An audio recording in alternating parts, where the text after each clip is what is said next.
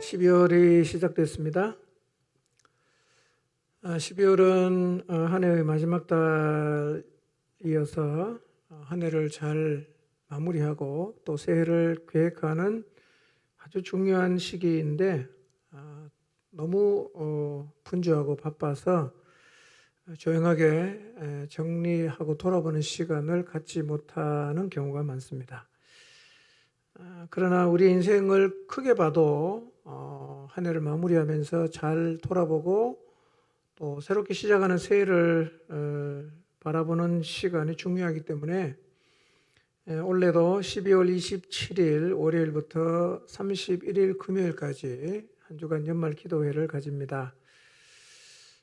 첫째 날은 감사한 일을 돌아보며 기도할 것이고요. 둘째 날은 회개할 일을 돌아보며 기도하고, 셋째 날은 2022년은 이렇게 가겠습니다. 그렇게 결단하면서 기도하고, 넷째 날은 늘 문제가 되는 우리의 육체의 소욕을 이기고 성령을 따라 행할 수 있는 은혜를 구하며 기도하고, 다섯째 날은 2022년을 바라보면서 하나님 새해 이런 은혜를 사모합니다 라고 기도하는 시간을 가지려고 합니다.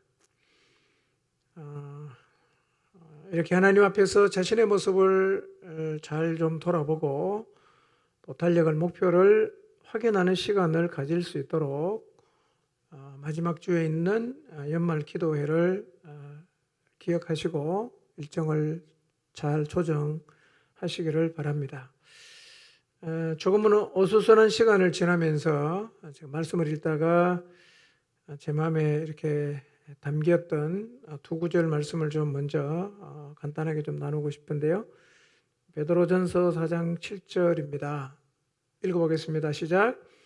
만물의 마지막이 가까이 왔으니 그러므로 너희는 정신을 차리고 근신하여 기도하라. 정신을 차리고 근신하여 기도하라. 이 말씀이 참 마음에 와닿았어요. 바쁘잖아요. 정신줄을 놓으면 정신없이 갑니다. 정신을 바짝 차리고 근신하고 기도해야 합니다. 같은 맥락의 말씀인데요. 베드로전서 5장 8절을 읽어보겠습니다. 시작. 근신하라 깨어라. 너희 대적 마귀가 우는 사자같이 두루 다니며 삼킬 자를 찾나니. 여기서도 근신하고 깨어라고 말씀하고 있습니다. 이유를 이렇게 설명하죠. 대적 마귀가 우는 사자같이 두루 다니며 먹잇감을 찾고 있기 때문이다. 이렇게 말하고 있습니다. 마귀는 두루두루 다닙니다. 안 다니는 데가 없습니다. 성경에도 보니까 욥에게도 찾아갔잖아요. 가룟 유다에게도 찾아갔잖아요. 베드로에게도 찾아갔잖아요. 다 찾아가거든요. 우리에게도 왔겠죠. 환대하셨습니까? 아니면 쫓아냈습니까? 여러분, 마귀가 마귀 같은 모습으로 온다고 생각하시면 안 됩니다. 천사 같은 모습으로 가장해서 미끼를 들고 옵니다. 그래서 덥석 무는 겁니다.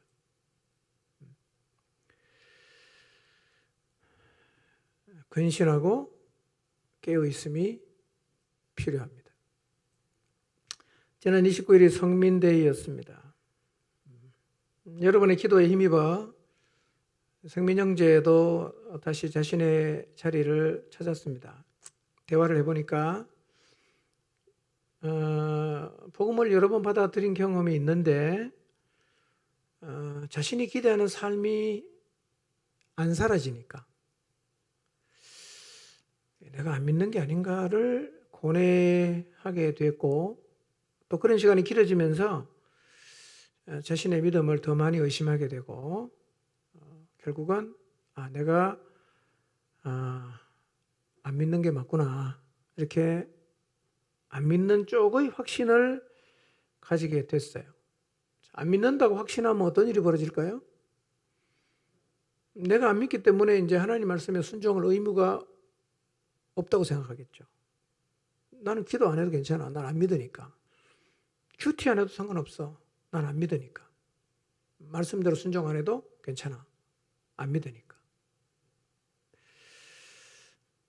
그래서 이제 불신자처럼 이제 살게 되는 거거든요. 근데 여기에 사단의 교묘한 속임수가 있어요.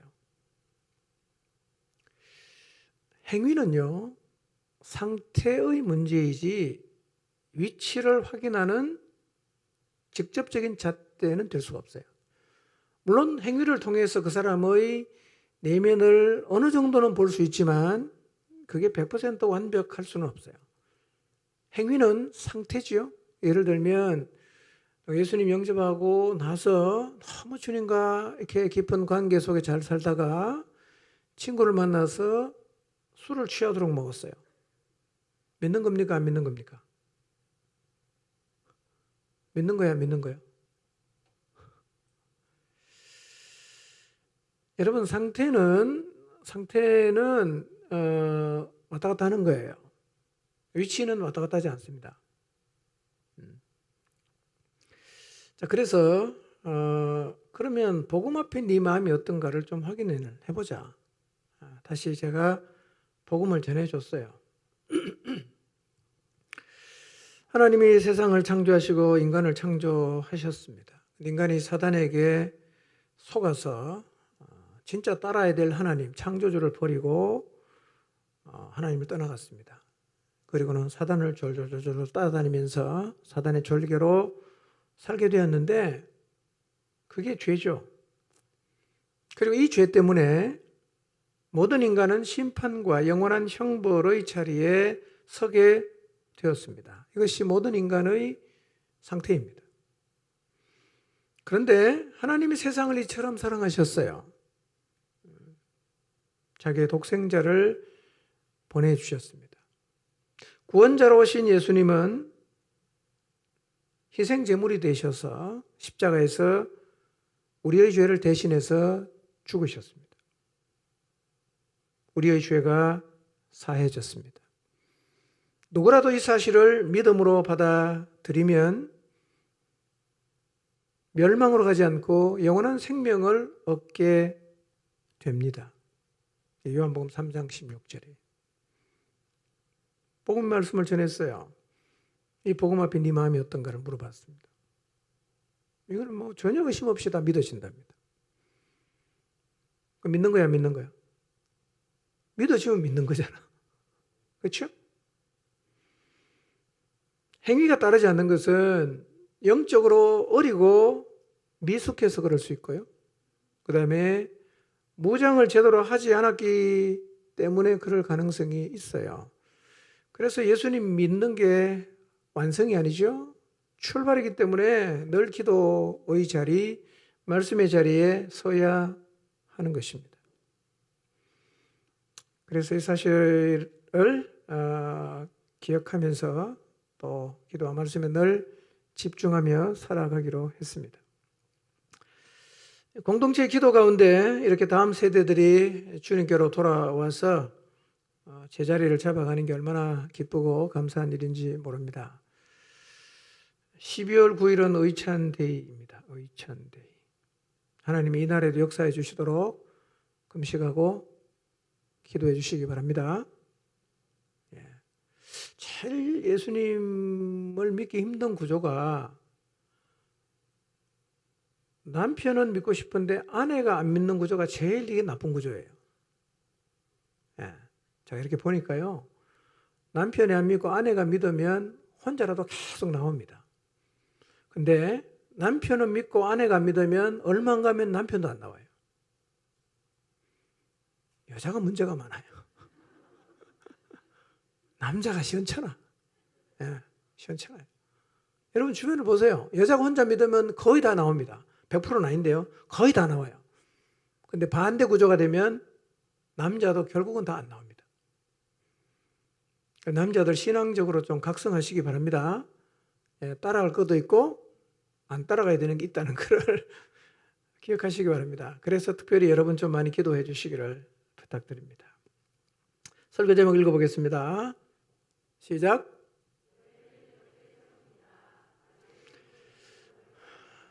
네, 교회를 세우는 것에 대해서 말씀을 계속 상고하고 있는데요.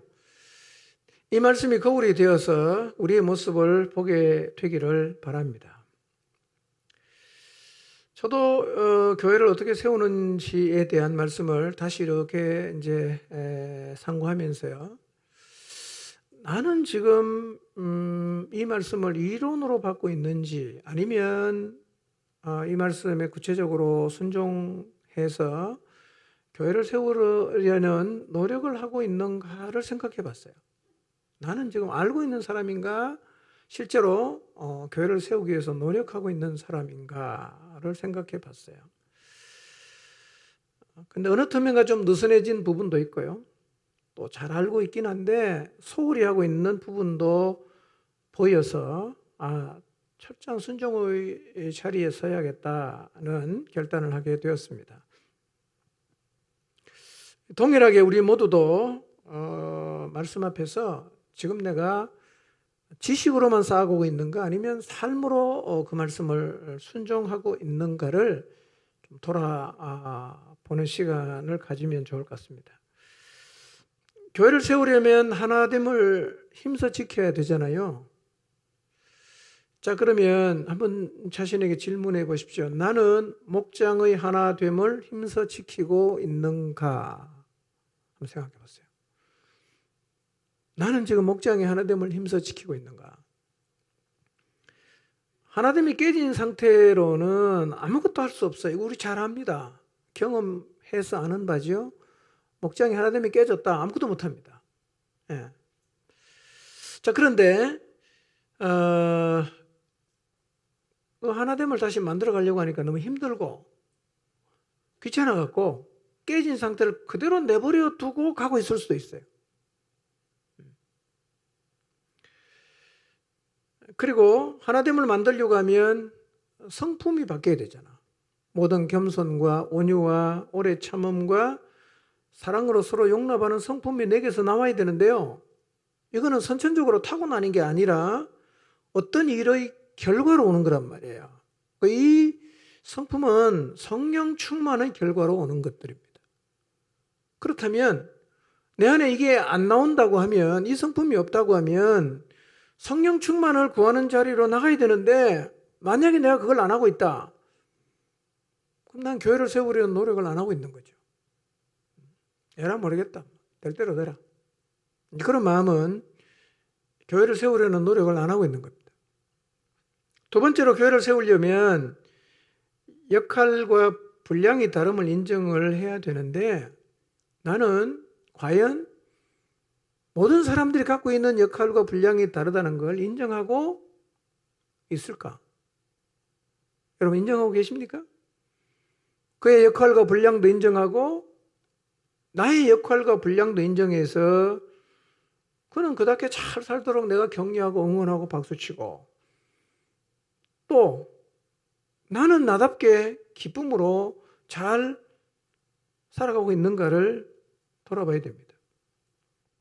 혹시 시기와 질투라는 이 육체의 소욕이 내 마음에 가득해서 그가 가진 역할과 분량은 도저히 내가 인정을 못하고 늘 마음에 질투심이 생겨나고 있다면 육체의 소욕이 나를 지배하는 거거든요. 이거를 반전하려고 하면 성령의 소욕이 나를 지배하는 자리로 가야 돼요. 그런데 시기심과 질투심이 내 안에 사라지지 않는데 성령의 소욕이 나를 지배하기 위해 성령 충만함을 입는 자리로 나가지 않는다. 그 말은 내가 교회를 세우려는 노력을 안 하고 있다는 얘기입니다. 여러분, 교회는 이론을 안다고 세워지는 게 아니고요, 말씀대로 행할 때 세워지는 거예요. 그 다음에 세 번째로, 교회를 세우려면 하나님이 맡기신 역할과 분량을 감당을 해야 되는데, 나는 그걸 지금 잘 감당하고 있는가? 여러분, 교회를 세움에 있어서 사람을 세우는 역할을 받은 사람이 그것을 감당하는 것은 너무 중요해요. 왜냐하면 이 사람들이 자기 역할을 감당하지 않으면 교회는 세워지질 않거든요. 그 성도를 세우는 일에 부름을 받은 사람은 이 교회 안에 있는 영적인 어린아이들, 육신에 속한 자들, 미숙한 성도들을 권하는 일, 그러니까 충고하고 훈계하고 교정하고 경고하는 일을 해야 되고 동시에 가르치는 일을 해야 합니다. 알고 있는 것으로는 안 되고요. 사명을 받은 사람이 이 일을 위해서 자신의 인생을 드려야 합니다. 그게 구체적으로 교회를 세우는 노력을 하는 것입니다.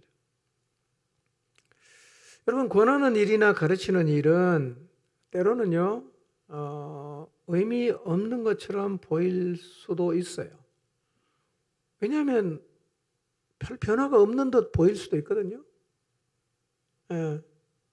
열심히 가르쳤는데, 열심히 권했는데 전혀 변함이 없어.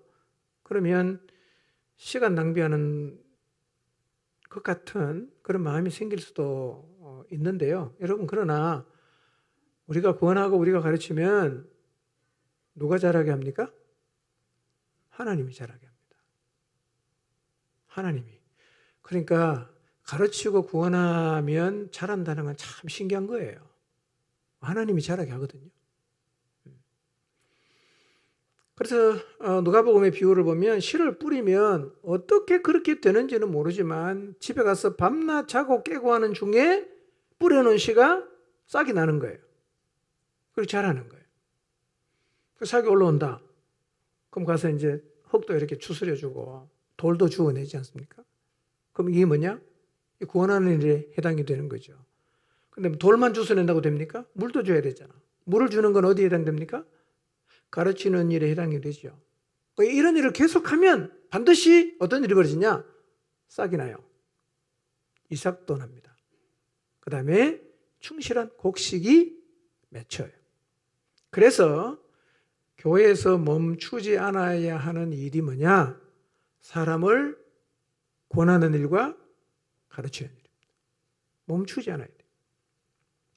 특히 하나님으로부터 이 역할을 맡은 사람이 그 역할을 감당하는 것이 매우 중요합니다. 목자와 양육인 여러분, 혹은 교사 여러분, 이 역할을 잘 감당하고 계십니까?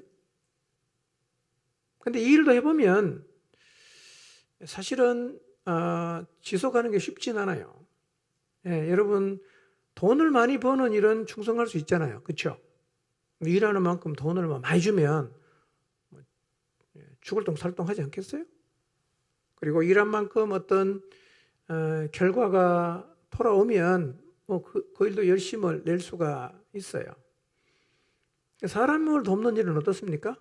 돈 줍니까 누가? 떡이 나옵니까?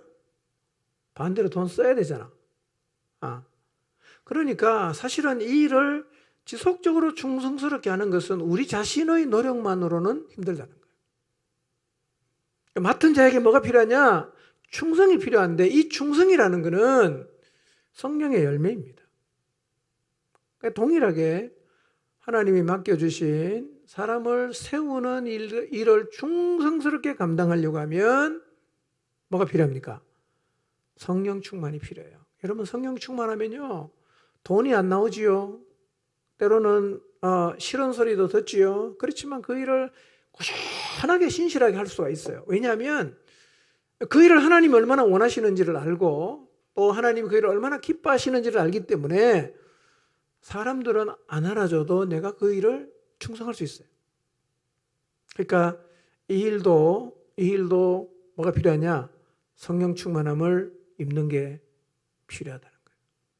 안 그러면 지속하기 힘들어요. 자, 그렇기 때문에 교회의 지체된 우리 모두는 또 교회를 세우는 일에 부름을 받은 우리는 또 하나님이 주신 사명을 감당해야 되는 우리는 늘 성령 충만한 삶을 추구해야 합니다. 성령 충만은 두 가지와 깊은 연관이 있다고 그랬죠. 하나는 뭡니까? 기도고 하나는 말씀입니다. 자, 근데 날마다 기도의 자리에 서는 거 참 귀하지요.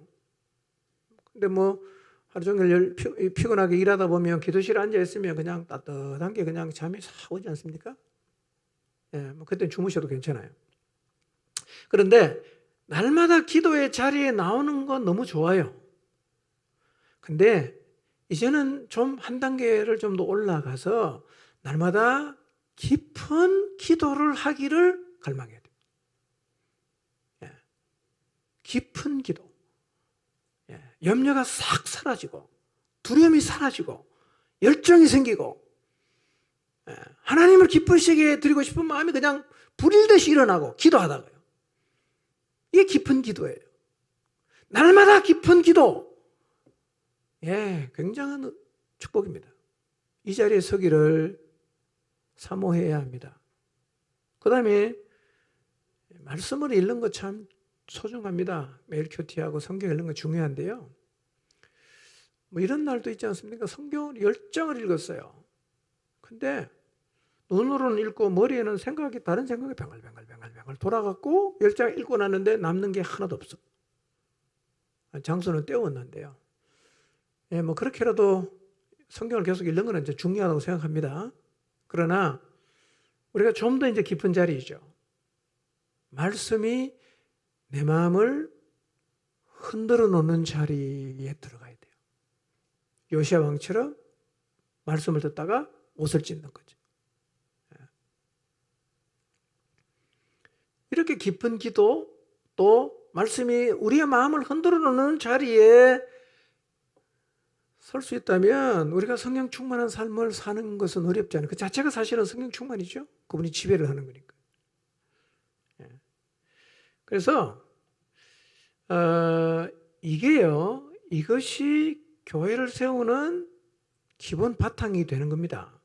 우리 모두가 이 자리에 서면 교회는 세워집니다. 근데 우리 중에 아무도 이 자리에 안 서면 몇 가지 어떤 이 원리에 순종한다고 되는 건 아닙니다. 이런 바탕이 사실은 굉장히 중요한 거예요. 기본 바탕이 되어 있어야 됩니다. 그러므로 계속 성령 충만함을 추구하시기 바랍니다. 네, 자 오늘은 네 번째 비책에 대해서 살펴보겠습니다. 자, 교회를 세우는 네 번째 비책이 뭐냐? 온 몸이 마디를 통해 도움을 받는 거예요. 온 몸이 마디를 통해 도움을 받는 것입니다. 자, 4장 16절을 한번 볼까요? 에베소 4장 16절. 읽겠습니다. 시작.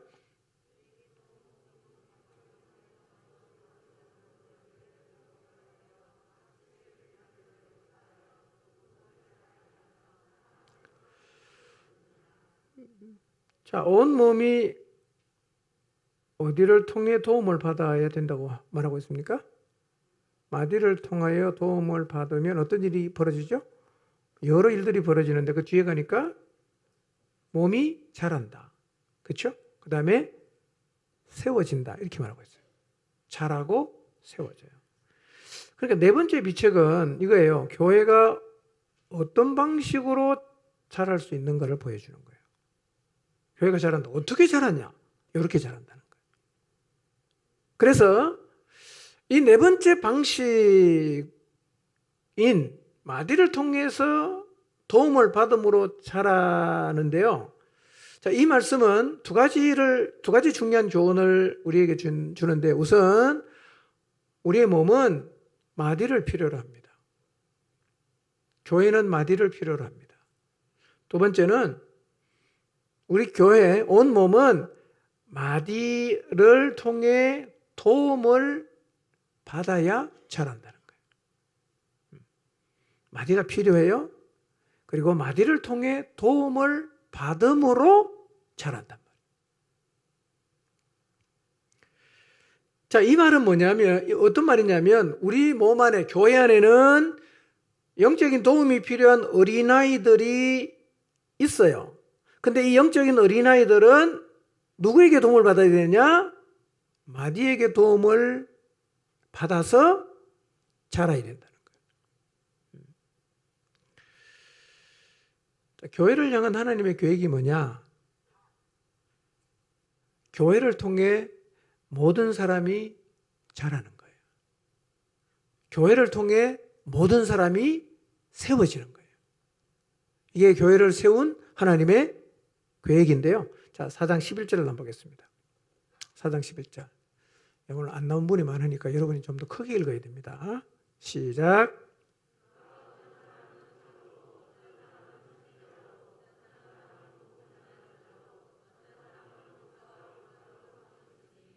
네. 자, 이 말을 기억하세요.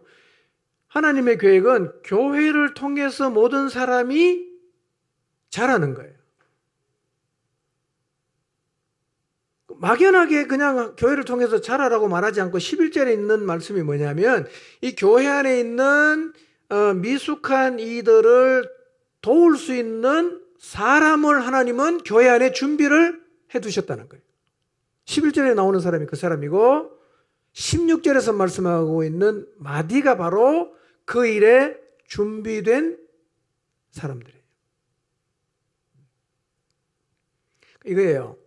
하나님이 디자인하신 교회는 하나님이 세워 놓은 사람들을 통해서 또 다른 사람이 자라고 세워지는 것이에요. 이게 하나님이 디자인한 교회입니다. 어떤 방식으로 사람을 세우냐? 그 얘기를 지금 제가 계속 좀 드릴 텐데요. 자, 4장 12절을 한번 보겠습니다. 12절 시작.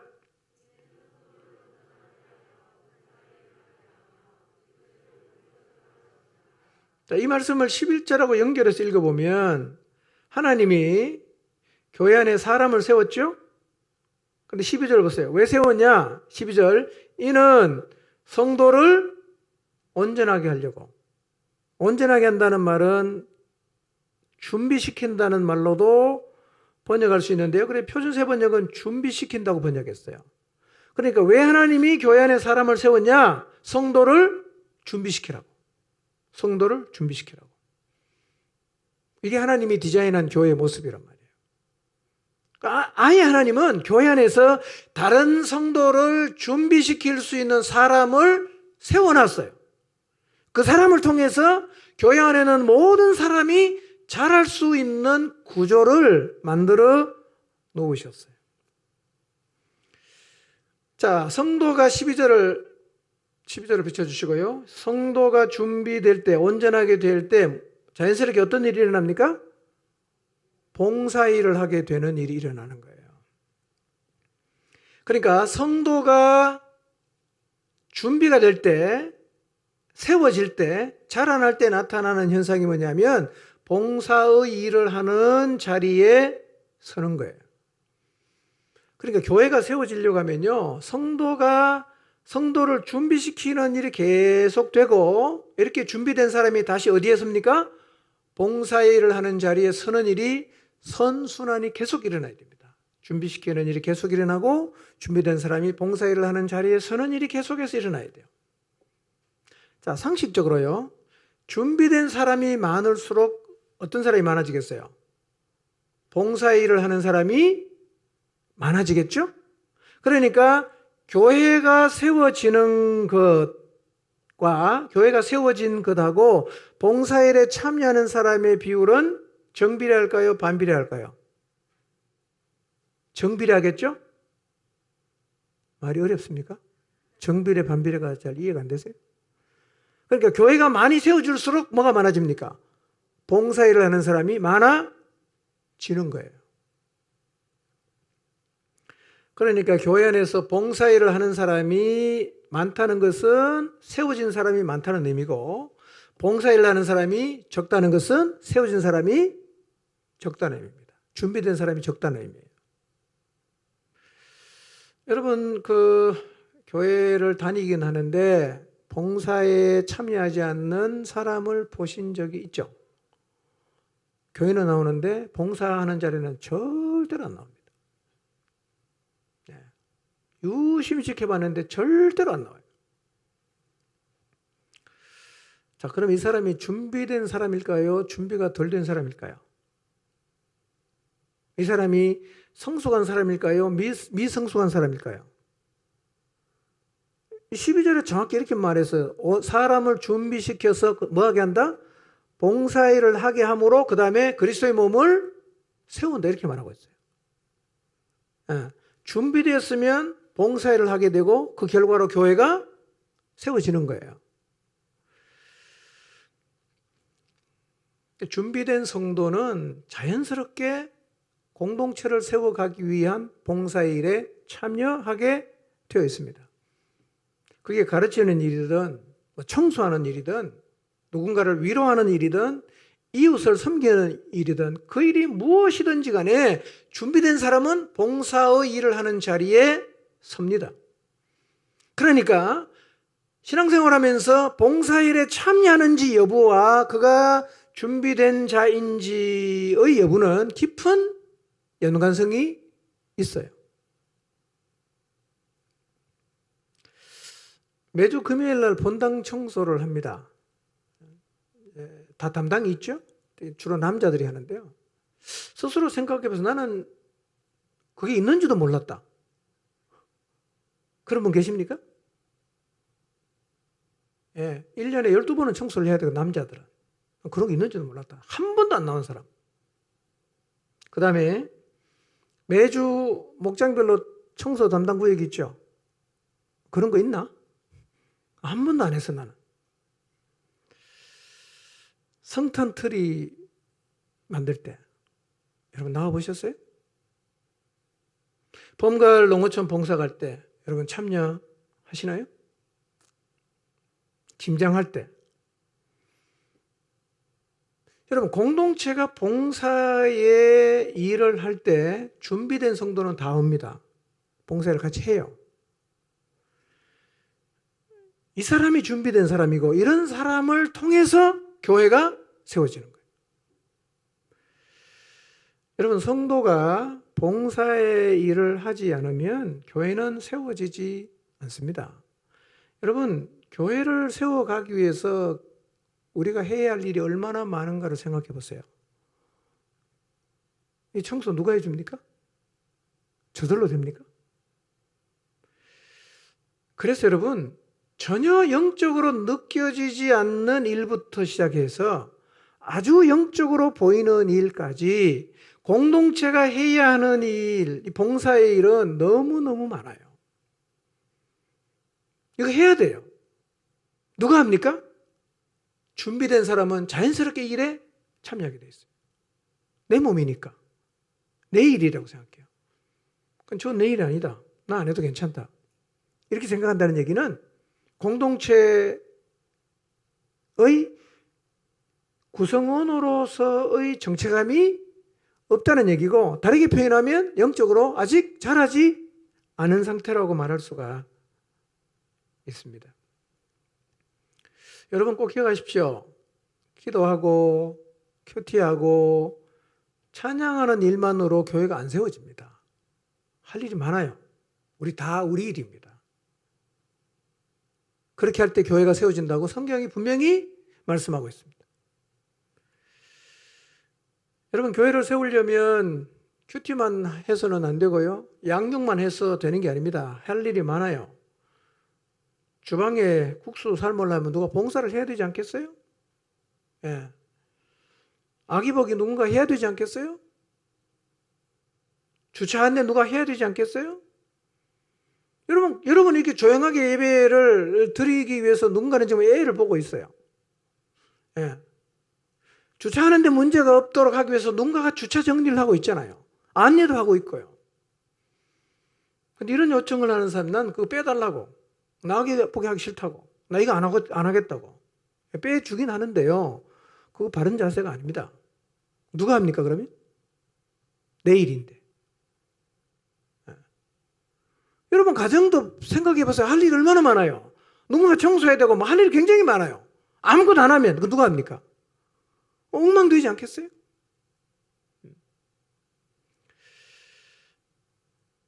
여러분, 모든 성도는 봉사의 일에 참여해야 합니다.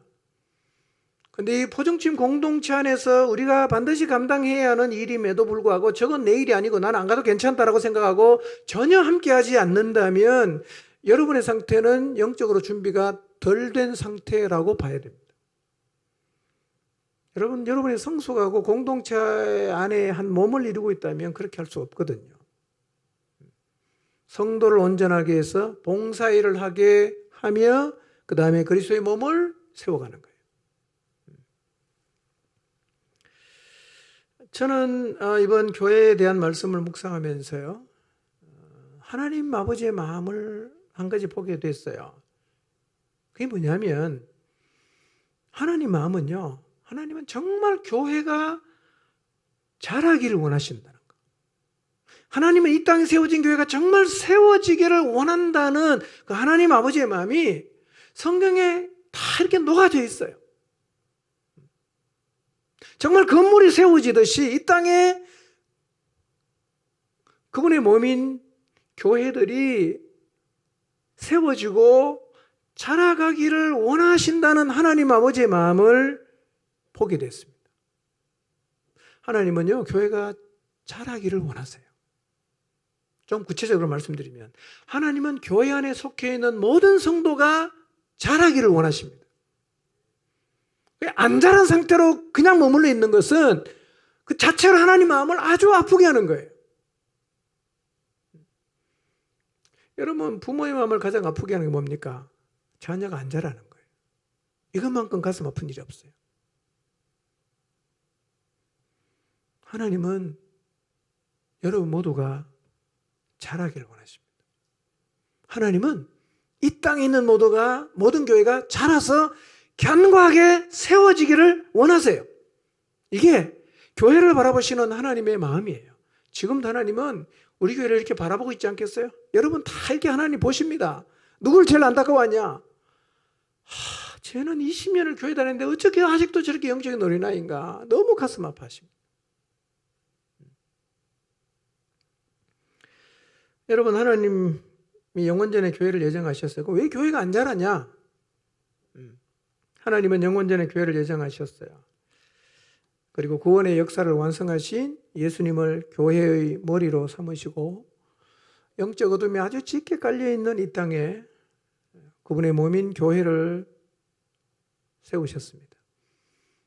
하나님은 이 교회를 통해서 온 세상을 구원하시고 어둠에 갇힌 영혼들을 건져내는 일을 하기를 원하십니다. 이게 교회의 사명이죠. 그런데 교회가 이 일을 감당하려고 하면 기본적으로 어떤 일이 전제가 되어야 되느냐? 교회가 자라야 돼요. 그리고 견고하게 세워져야 됩니다. 왜 교회가 잘 안 자랄까요? 왜 교회가 견고하게 세워지지 않을까요? 한번 그림을 그려보세요. 하나님이 세상에 교회를 세우십니다. 이 교회를 통해서 온 세상을 구원하기를 원하세요. 그러면 세워진 교회가 다 쑥쑥쑥쑥 잘 자라고 견고하게 세워졌으면 좋겠는데 왜 그런 일이 안 일어날까요? 이유가 있어요. 그건요, 이 땅에 교회가 세워지는 것을 결사적으로 반대하는 세력이 있어요. 어떻게 하든지 간에 교회를 무너뜨리기 위해서 끊임없이 교회를 공격하는 세력이 있어요. 누굽니까? 사탄이에요. 사단은요, 교회가 세워지지 않도록 계속 이간질하고 분열시키고 넘어뜨리려고 노력을 하고 있어요. 그런데 사단이 교회를 무너뜨리기 위해서 던지는 미끼가 있어요. 그냥 누가 사탄을 따라가겠어요? 안 따라가죠. 사단이 나쁜 놈이라는 걸 우리 다 알잖아. 근데 뭐 자발적으로 누가 사단을 따라가겠어요? 안 따라가겠죠. 그래서 사단은 우리에게 뭘 던지냐? 미끼를 던지는 거예요. 근데 이 미끼를 너무 덥석 잘 문단 말이에요. 그 미끼가 뭔지 아세요? 세상이에요. 요한일서 2장 15절 읽어보겠습니다. 시작.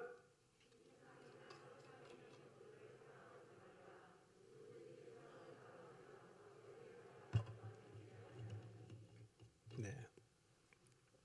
사단의 유혹이 뭐냐? 우리 보고요, 세상을 사랑하라고 유혹하는 거예요. 세상 너무 멋져. 이거 잡아. 라고 우리에게 유혹하는 것입니다. 그런데 세상을 딱 잡는 순간 우리 마음속에서 싹 빠져나가는 게 있습니다. 그게 뭡니까? 하나님의 사랑이 싹 빠져나가는 거예요. 두 개는 공존이 안 돼. 하나님의 사랑이 들어오면 세상 사랑이 빠져나가고 세상 사랑이 들어오면 하나님 사랑이 빠져나가거든요. 그러니까 우리의 마음속에서 하나님 사랑을 없애는 방법, 하나님을 향한 사명을 밀어내는 방법이 뭐냐? 세상을 사랑하게 만드는 거예요.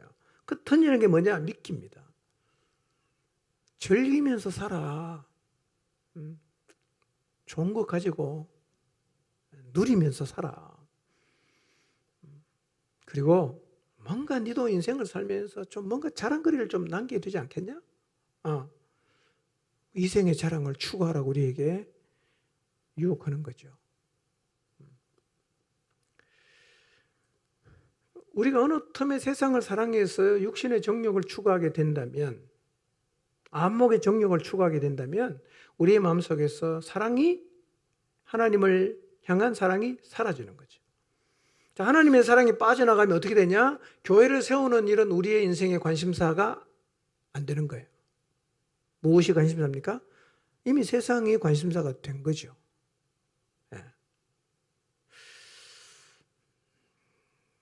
뭐 주일 이거 뭐 상관없이 늘 여행 다니고 그게 다 육신의 정욕이라는 미끼를 덥석 문 겁니다.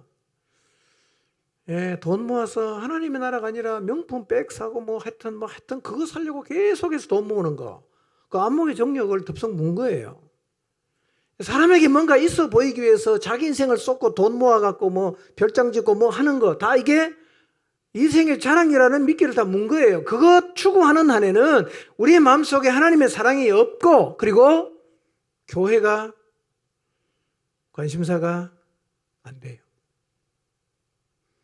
여러분, 교회에 수천 명이 와도 다 생각 속에 세상에 들어있는 사람은 숫자가 몇이든 상관없이 그런 사람들은 교회를 세워갈 수가 없어요. 우리가 늘 그 자리에 서 있는 거예요. 사단의 유혹이 있는 자리. 세상이라는 미끼를 끊임없이 던지는 자리에 우리가 서 있어. 이거 안 물어야 되거든요. 쉽지 않다는 거예요. 그래서 계시록 2장 3장을 보세요. 아시아에 있는 7 교회에 보낸 편지를 보세요. 이 유혹을 못 이겨서 교회가 계속해서 변정이 되잖아요. 라오디게아 교회 변형되지 않습니까? 사대 교회 변형되지 않습니까? 세상을 물면 교회는 변형이 되는 거죠. 교회가 늘 이 자리에 서 있어요. 이 자리에서 세워져야 돼요. 이런 자리에서 자라야 돼요. 이게 우리 앞에 놓인 도전인 것입니다.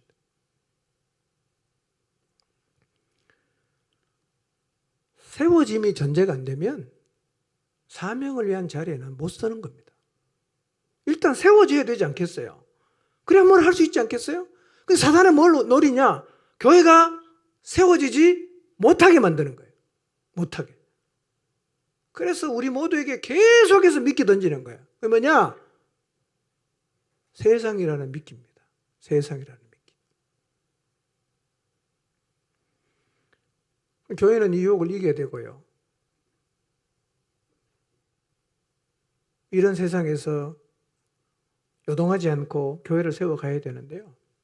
방법이 있어요. 뭐냐? 그래서 우리를, 교회를 진리 가운데로 인도해 가시는 성령의 인도하신 가운데 서야 되는 겁니다. 그게 다른 말로 하면 성령의 충만함을 입어야 되는 거예요. 그분이 지배를 받아야 돼요. 한번 생각해 보십시오. 나는 지금 유혹을 이기고 잘 자라고 있는가? 우리 목장은 지금 유혹을 이기고 잘 자라고 있는가? 나는 지금 유혹을 못 이겨서 내 신앙이 자꾸 변형이 일어나고 있지 않는가? 이거 하나님이 가장 안타까워하십니다. 변형된 거예요. 자, 4장 13절을 계속 보겠습니다. 자, 하나님은 교회가 자라기를 원하시는데요. 계속 그 얘기를 하세요. 13절 읽어보겠습니다. 시작.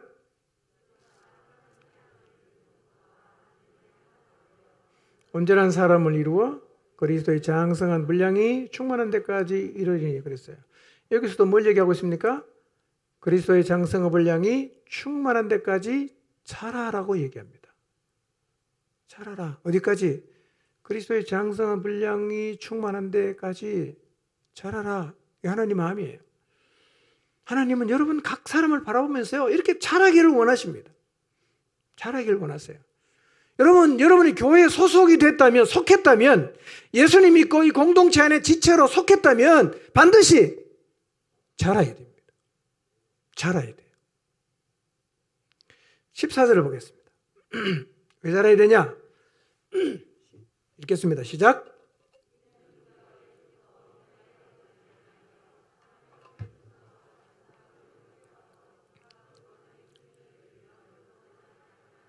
네.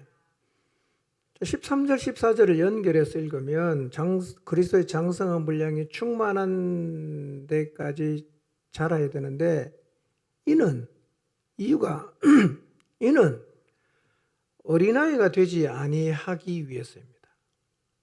어린아이 상태로 남지 않기 위해서 자라야 되는 거예요. 그러면 어린아이 상태에 머물러 있으면 어떤 일이 벌어지냐?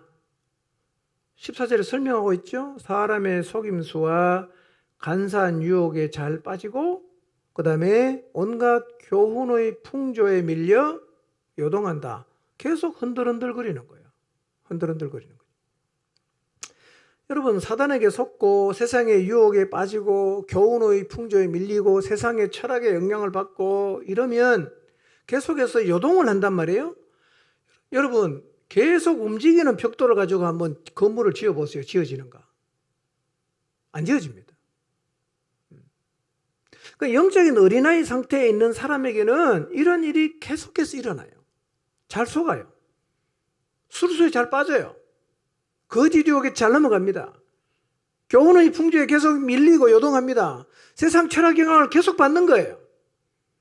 이거는 성경 시대에만 일어나는 게 아니라 우리 시대에도 똑같이 일어나고 있지 않습니까? 여러분 목장 안에도 영적 어린아이 보십시오. 똑 이렇게 하는 겁니다. 여전히 일어나는 거예요. 잘 속고, 잘 변덕 부리고, 요동하고,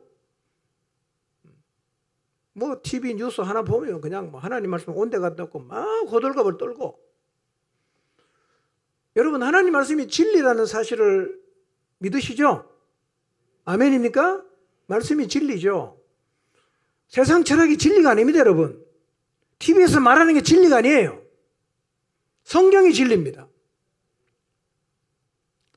성숙한 사람은 세상이 어떻게 돌아가든지 간에 진리를 딱 잡고 가는데, 영적인 어린아이는 그 계속 영향을 받는 거예요. 그래서 뭐 하라고? 자라라는 거예요. 어린아이 상태에 머물러 있지 말고 제발 좀 자라라. 이게 하나님 마음이에요.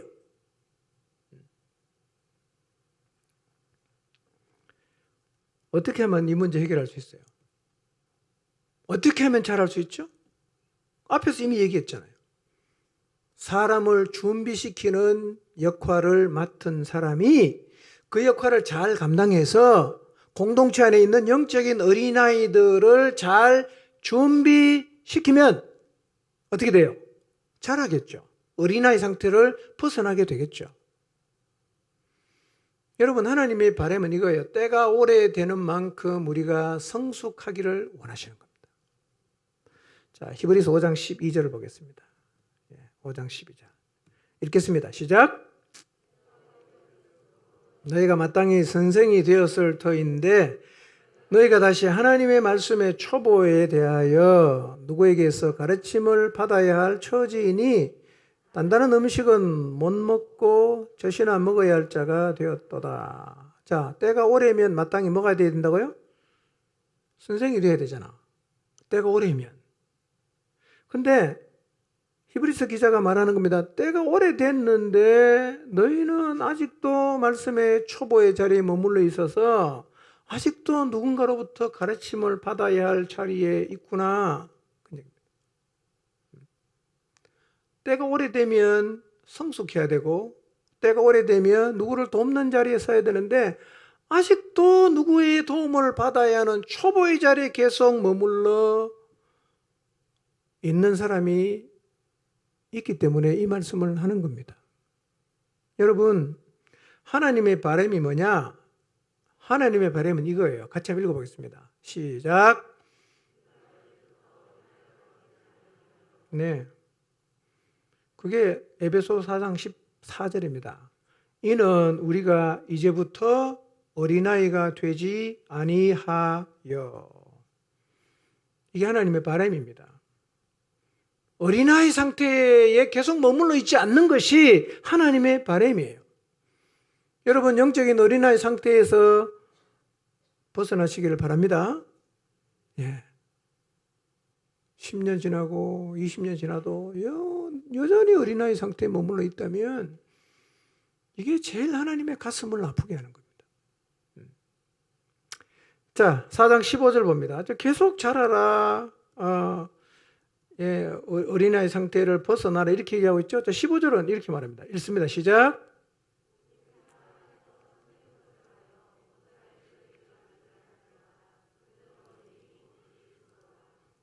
범사에 그에게까지 어떻게 해라? 자라라. 자라라. 여러분, 우리의 육신은 눈에 보이니까 자라는지 안 자라는지 금방금방 확인되는데요. 사실 우리의 속사람도 자라야 되거든요. 하나님은 우리가 자라기를 원하시고, 교회는 사람이 자라는 곳이 되어야 합니다. 교회는 사람이 자라는 곳이 되어야 합니다. 그리고 각 사람이 자라야 교회가 자라는 것입니다. 하나님은 이 땅에 있는 모든 교회들이 사람을 세우고 자라게 하는 교회이기를 기대하십니다. 교회가 어떤 곳이라고요? 교회는 사람이 자라는 곳이어야 합니다. 작게 말하면 목장이 어떤 곳이냐? 목장은 사람이 자라는 곳이 되어야 합니다. 새로운 사람이 갔다. 1년 지나고 2년 지나고 3년이 지나면 사람이 자라야 돼요. 근데 들어갔는데 5년째도 한 개도 안 자랐어요. 그러면 그 교회가 지금 뭐가 문제 있는 겁니다. 문제 있는 거예요. 교회는 사람이 자라는 곳이어야 되는 것입니다. 슬픈 일이 뭐냐? 5년 동안 교회를 다니는데 여전히 미숙해요. 10년을 교회 다니는데 누가 유혹하면 금방 넘어가 버려요. 15년을 교회를 다니는데 계속해서 요동해요. 누가 말 한마디 하면 그것도 휙 넘어갔다가 이리 갔다가 저리 갔다가 아직도 정신을 못 차려요. 그래서 교회를 오래 다니고 신앙생활을 굉장히 오래 했는데 여전히 신앙의 초보의 자리에 얘기해보면 15년 전이나 지금이나 얘기하는 게 똑같아요. 주제가 똑같고 이슈가 똑같아. 영적으로 성숙하지 않아. 대화가 안 되는 거예요. 여러분, 이거 하나님 마음을 아프게 하는 겁니다. 교회에 속해 있으면 자라야 합니다. 자라시기 바랍니다. 근데 하나님은요, 교회에 누구라도 오면 자랄 수 있는 구조로 이미 교회를 디자인해 놓으셨어요. 교회가 교회되면 누구라도 오면 다 자라게 돼 있어요.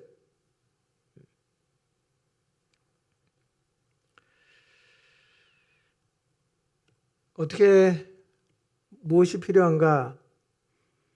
하나님이 가르쳐 주신 원리에 우리가 순종만 하면 여러분의 목장에 누가 봐도 자라게 돼 있어요. 우리 교회에 누가 봐도 자라게 돼 있어요.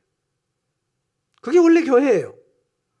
디자인 자체를 누구라도 오면 자랄 수 있도록 처음부터 하나님이 교회를 디자인해 놓으셨다는 것입니다. 자, 우리 교회를 생각해 보세요. 누가 왔어요? 목장에 들어갔어요. 예수님 믿었어요. 개인 양육해 줍니다. 어떻게 될까요? 자라잖아요. 이게 원래 하나님이 디자인한 교회의 구조란 말이에요. 다 자라야 됩니다. 자, 그러면 한번 돌아봅시다. 여러분 교회 몇 년 다니셨는지 한번 생각해 보세요. 교회 몇 년 다니셨어요? 예수님 믿은 지 몇 년 되셨어요? 자가진단입니다. 그리고 지금 여러분의 영적인 수준은 그 연수에 걸맞다고 생각하십니까? 아니면 걸맞지 않다고 생각하십니까? 10년 다닌 만큼, 20년 다닌 만큼 영적으로 성숙하셨나요? 아니면 10년 전이나 지금이나 목장 가서 나누는 얘기가 똑같아. 초보적인 얘기. 영적인 얘기하면 못 알아듣고 재미없어 하고.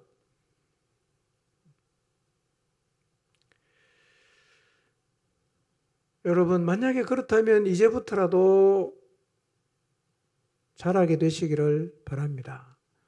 여러분, 하나님은요, 교회가 잘하기를 진짜 원하세요. 진짜 원하십니다. 자, 16절을 볼까요? 16절. 읽어봅니다. 시작.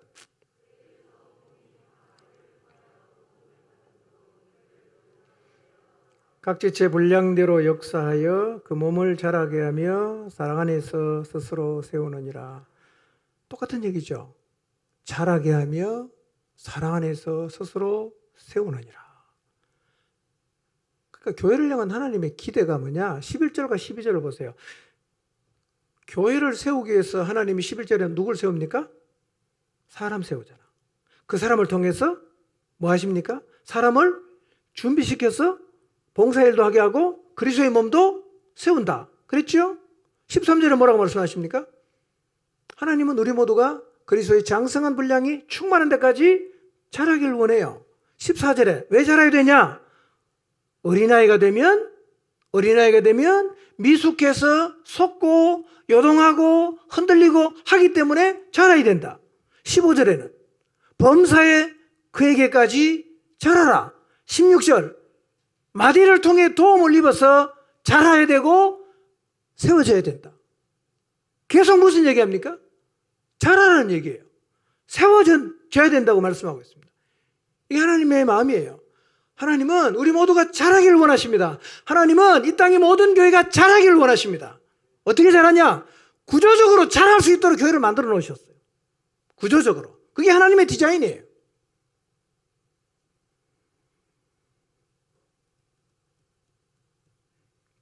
자, 그러면 좀 구체적으로 보겠습니다. 어떻게 성도가 자라고 교회가 자라서 어린아이로 출발해서 청년이 되고 아비가 되고 그리스도의 장성한 분량까지 자랄 수 있냐?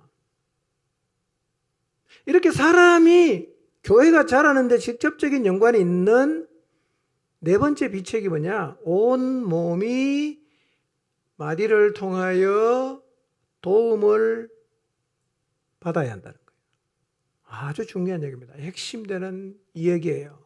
제가 다음 주에도 이 부분을 계속 말씀드릴 텐데요. 자, 이렇게 말합니다. 그에게서 16절에 그에게서 온 몸이 각 마디를 통하여 도움을 입는다 그랬거든요. 그가 누굴까요? 그에게서 온 몸이 각 마디를 통하여 도움을 받음으로 자라고 세워진다고 말하고 있는데 그가 누군가? 자, 이거는 15절부터 보면 다 기록되어 있어요. 자, 15절, 16절을 한번 보세요. 자, 여러분 눈에 노란 글씨로 한번 보세요. 오직 사랑 안에서 참된 것을 너의 범사에 그에게까지 자라라 그랬어요. 그가 누구랑 얘기해놨죠? 그는 머리니 곧 그리스도다. 그 다음에 16절 그에게서 그가 누굽니까? 머리 대신 그리스도란 말이에요. 머리 대신 그리스도에게서 온 몸은 그 다음에 뭐라고 얘기합니까?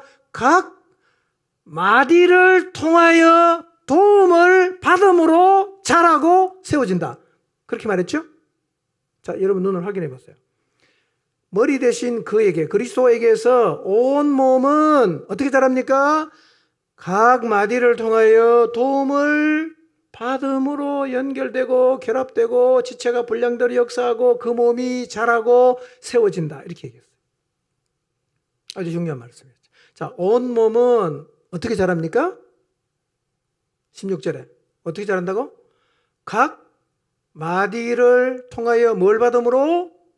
도움을 받음으로. 이 도움을 받는다는 의미가 뭔지는 제가 다음 주에 또 구체적으로 설명하겠습니다. 자, 이 말씀을 기억하세요. 온 몸은 뭘 통해서 도움받는다? 마디를 통해서. 자, 그런데 많은 사람들이 생각합니다. 온 몸은 머리 대신 그리스도로부터 직접 도움을 받는다고 생각합니다. 내가 기도할 수 있어. 나 큐티할 수 있어. 나 다 할 수 있어. 마디가 왜 필요해? 그래서 자기가 머리 대신 그리스도로부터 직접 도움을 받을 수 있다고 생각하기 때문에 중간에 누군가가 끼어드는 것을 인정을 안 하는 거예요. 나 직접 하겠다 이거죠. 이론적으로는 그 말이 맞는 것 같아요. 머리로부터 모든 지체가 공급받는 것 맞는 것 같은데 성경은 그렇게 말하지 않아요.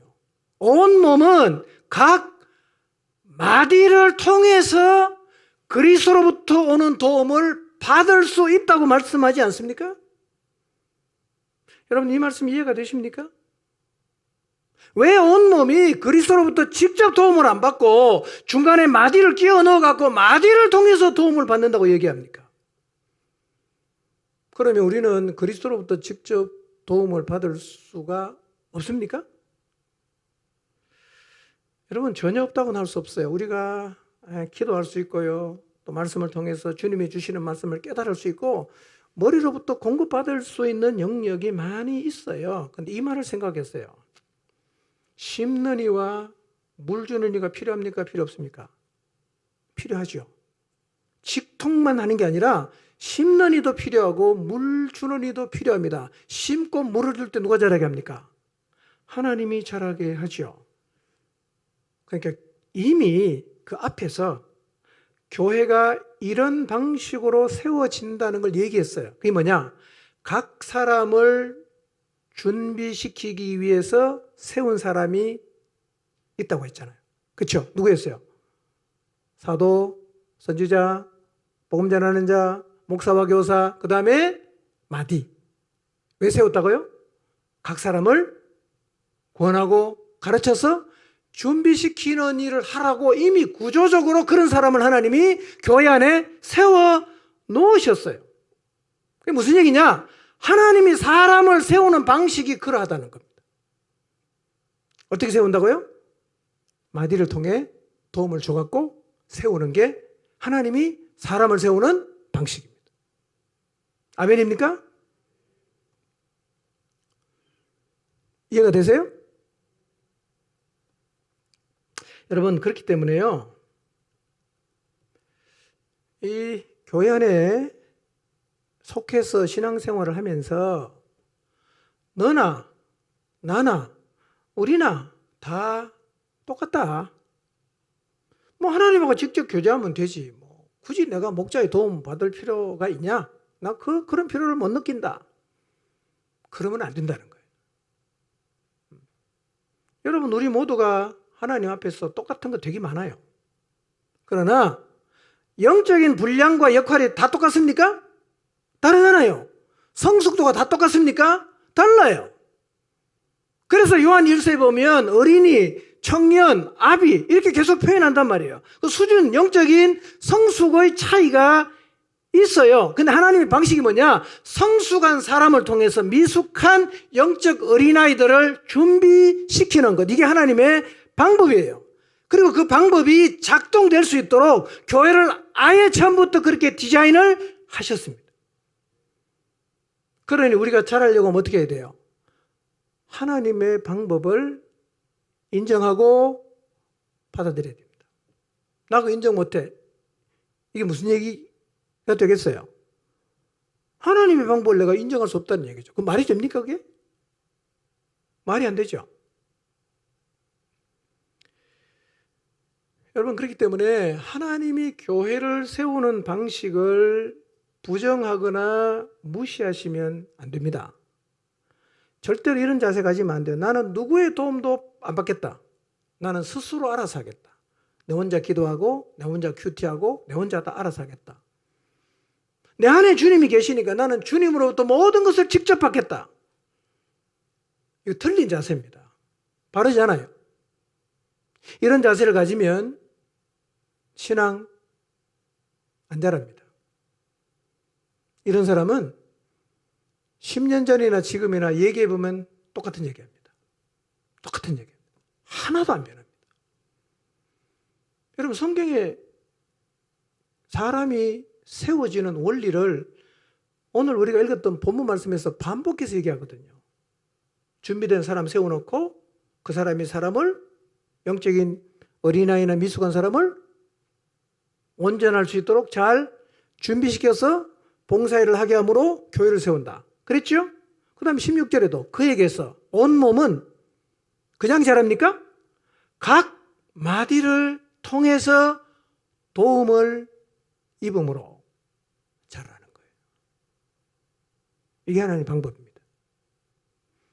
이 방법을 인정해서 마디에게 도움을 받겠다고 하는 사람은 제가 보니까 잘 자랍니다. 근데 분량과 역할 나 필요 없다. 난 하나님하고 직통한다. 그래서 성숙, 미숙 다 인정 안 하고 자기가 뭐든지 혼자서 알아서 하겠다고 생각하고 주장하는 사람은 제가 지켜보니까요. 신앙이 안 자랍니다. 항상 그 자리에 있어요. 늘 얘기하면 똑같은 말 합니다. 하나도 안 변해요. 당연하죠. 하나님의 방식대로 해야죠. 하나님 방식대로.